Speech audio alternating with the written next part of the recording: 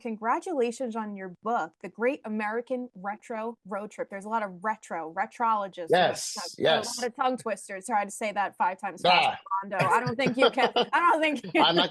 Don't put me on the spot because I'm going to fail.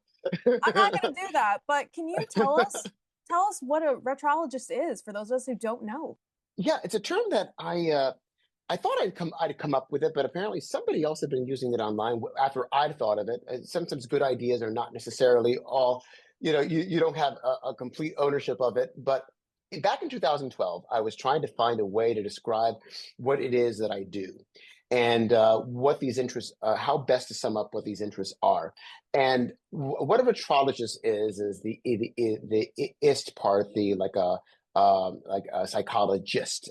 So an expert, a doctor in my case, not the mind, but in retro, in old school, and nostalgia, the retrologist.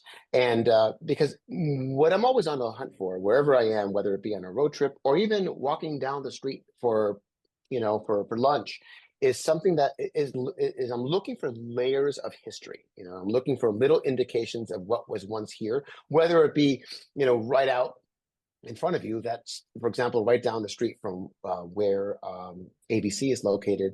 There's the Great Ear Inn, which is a historic inn that dates back to the 19th century. And it's been called the Ear Inn for several decades. It's got a great neon sign, and the interior is fantastic. I'd love to pass by it, even if I don't necessarily have a reason to, just because it makes me happy. I can get a picture of it in different light, different times of day, different times of year. So I'm always looking for places like that. But it could also be like little subtle things, like let's say a street sign that they forgot to change over that is from another time. I remember for many years in Union Square in Manhattan, there was a Manhattan street sign, for the street numbers Hmm. that was yellow. Manhattan street signs used to be yellow up until about the mid 80s when they switched to green. All the ones across all of New York City switched to green. And the ones in Midtown, they added a little Statue of Liberty. But the yellow ones, which I remember from my childhood, were mostly gone. But there was always one in Union Square, and I remember writing about that many years ago for when I worked at AM New York.